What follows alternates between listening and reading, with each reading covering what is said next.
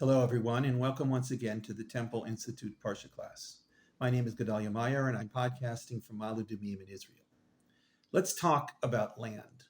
Land is one of those things we tend to take for granted, like water or air, and perhaps a few other things that are simply always there, except when they aren't. We always notice when there isn't enough air in the room. It feels stuffy and uncomfortable. Nobody wants to be there because we are simply used to having enough air all the time. Being without air is among the most frightening experiences a person can go through. It leads to death rather quickly, but even before that, it induces a feeling of helplessness that is almost indescribable. Being without water for an extended period of time can also induce a sense of intense helplessness. We came from the water and we were surrounded by water in the womb. It is a dependence that we never grow out of. Thirst describes a longing for something that is missing from one's life. With the exception of air, nothing is missed as much as water. The third component of this very physical trinity is land. These three do form a trinity: a gas, a liquid, and a solid. We are, in a very real sense, made of these three things. The gas part we hardly notice, but it is everywhere in the body, like it is in the world. The water part is really only noticeable when we lack it. We feel parched and tired, like land that lacks water. But the solid part is what we consider ourselves to be really made of, even though it only constitutes a relatively small fraction of our actual physical being. In the world also, the land is the most noticeable of the three. We sense it all the time. Even those off the ground, such as in an airplane or in a tall building, feel anchored to the earth in some very palpable manner. The earth and the ground we stand on are the most solid things in our lives. They are quite literally our foundation. We know of no other home than the earth. Other than when we are in the air or when we are in water, every moment of our lives is spent attached to the earth. Until about 400 years ago, the earth was widely considered to be the center of the universe, and everything else was seen as some sort of accessory to it. The first verse of the Bible speaks of the creation of the earth. Ancient cultures almost invariably worshiped the earth in some way, and it was one of the major innovations of monotheism to direct such worship away from the physical body we exist upon and over to the invisible deity we call God. Even today, we have retained some vestige of this ancient reverence for the earth. Even those who would laugh at the notion of belief in a deity have no problem speaking of Mother Earth. The reason for this is that the typical idea of a deity cannot be seen or felt in any palpable way, but the earth can. It is our planetary home, our incubator of life, our source for food, water, and really air, and the metaphorical rock upon which we base our very existence. Is it any wonder that until very recently, the most valuable entity a person or a group could possess was land? The term real estate is used exclusively for landed property, since this is the only thing one can possess which is truly real. Everything else comes and goes. Either it wasn't here at some point in time, or it won't be here at some point in time. With real estate, it is permanent.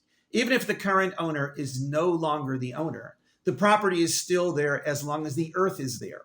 With private property, this idea has been known since ancient times. It was always the true possession of a person or a family, the type of thing that was passed down as an inheritance to one's heirs. With national property, this was more flexible, since national ownership was dependent on the ability to hold on to the land against other groups of people. It is probably true that more wars have been fought over land than any other matter. To a great degree, it defines the limits of a nation. Our world now consists of many nations, each possessing as its national limits the land defined by its boundaries. Though within that piece of land there may be many different peoples and many different cultures, they are unified, to whatever degree this is true, by the limits of the national land. These boundaries are much more specified than they were in the past, in the ages of empires or tribal lands. Most national lands are relatively newly formed, probably within the past few hundred years. Some are quite ancient, though the borders were not necessarily the same as in ancient times. Examples of this are India, China, and Egypt. Japan as an island is probably more or less identical to what it was in the distant past. The dominant cultures in these lands are most likely related to what existed in ancient times, though there may have been vast changes in religious or political systems. Another nation that goes back to ancient times is Israel. It stands a reasonable claim to be the oldest continuous nation in the world, depending, of course, on how we define the word nation. The particularly interesting thing about Israel is that for most of the time between its founding as the nation of Israel and now, the people of the nation were not, for the most part, living on their national land. The people of this nation, of course, are the Jews, the direct national heirs of the ancient Israelites. They were first exiled from their homeland about 2,500 years ago and returned within a century. They lived there again for about 500 years, only to be exiled again about 1,900 years ago, and not to return as the Jewish nation for about 1,800 years. Such a gap in national existence is unique in the annals of human history. In fact, it is not easy to find situations in which any people were exiled from their land and then returned at all, let alone after close to 2,000 years.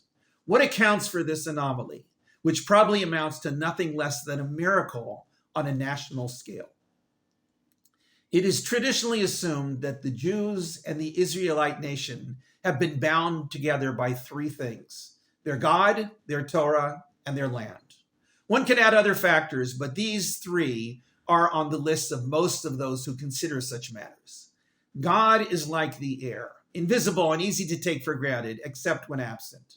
The Torah is like water, needed for survival, and the element which keeps everything flowing within the body. It is the laws, customs, ethics, philosophy, and culture of the Jews. The land is just what it is, the land of Israel.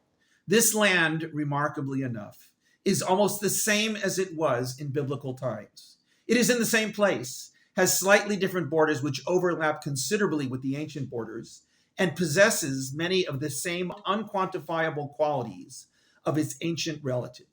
It is the homeland of the people whose God is Hashem and whose religion is based on the Torah. It is the land of the Jews. This coming Tuesday night and Wednesday is celebrated in Israel as Yom HaAtzma'ut, Israel Independence Day. It is not celebrated by all Israelites, but it is probably the single most celebrated holiday of the year in Israel, though this can be debated. It is not a particularly religious holiday, but it frequently has religious overtones. Those who celebrate it as a religious holiday do so with the idea that the return of the Jewish people to this ancient land and the establishment of a Jewish state within these borders is seen as nothing less than the hand of God at work. There aren't too many things that can be called miracles on a national scale. The truth is, it is almost impossible to find any.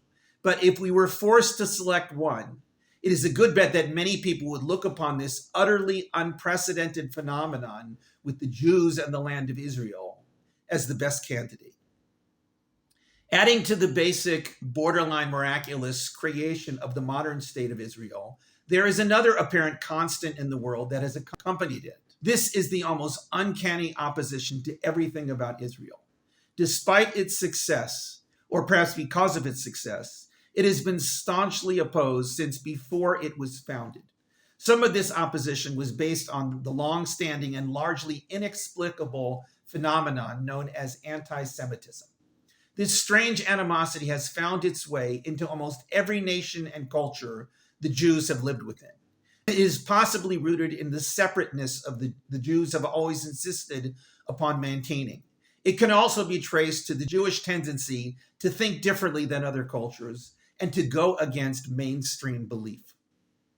Whatever the reason, anti-Semitism has been around about as long as history has been recorded in books. With the founding of the state of Israel, however, it reached into arenas that had not really been seen in almost 2,000 years. Why was there so much opposition to a Jewish state in the ancient land of Israel? Why was there support for it, even from countries that had long histories of anti-Semitism? This contradictory situation was there decades before Israel became a modern nation in 1948. With the Muslims, it was a matter of land belonging to the nation of Islam, even if there was no single nation living there who had firm plans for building a state. This is a huge factor in Islam, and it is one that is largely ignored by the Western world. Land is everything in Islam, and for true believers, there is to be a constant state of war between the Islamic world and everyone else over control of land. When the Jews pulled off this modern-day miracle and returned to their ancient land, the origins of which predated Islam by about 2,000 years, it was about as big a collective slap in the face as could have been done. With other nations and religions, it was a matter of ancient hatreds mixed with bizarre respect for something that seemed to defy all the rules of nation building and economics. The world seems to despise and fear the Jews and Israel for doing what shouldn't be able to be done in the modern world. The success of Israel and the animosity it engenders frequently appear to be almost supernatural.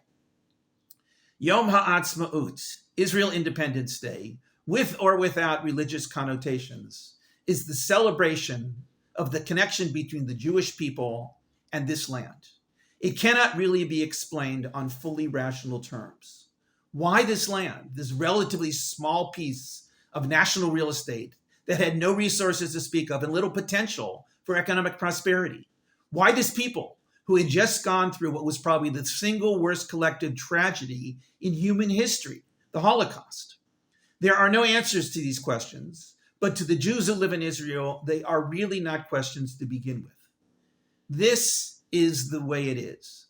Either it was meant to be or it was made to be. Whether one sees what has happened as the fulfillment of biblical prophecies, or one sees it as the result of a modern nationalist movement and the development of technology, it is here and it is going to be here for the foreseeable future. Much of the world might hate it and wish that it would cease to exist, but they are just feeding the fires of the miracle of Israel. The more the opposition to its existence, the greater the will of the Jews to keep it going. It is a modern-day miracle, despite all of its flaws, and that is what we celebrate. Shabbat Shalom and Chag Sameach.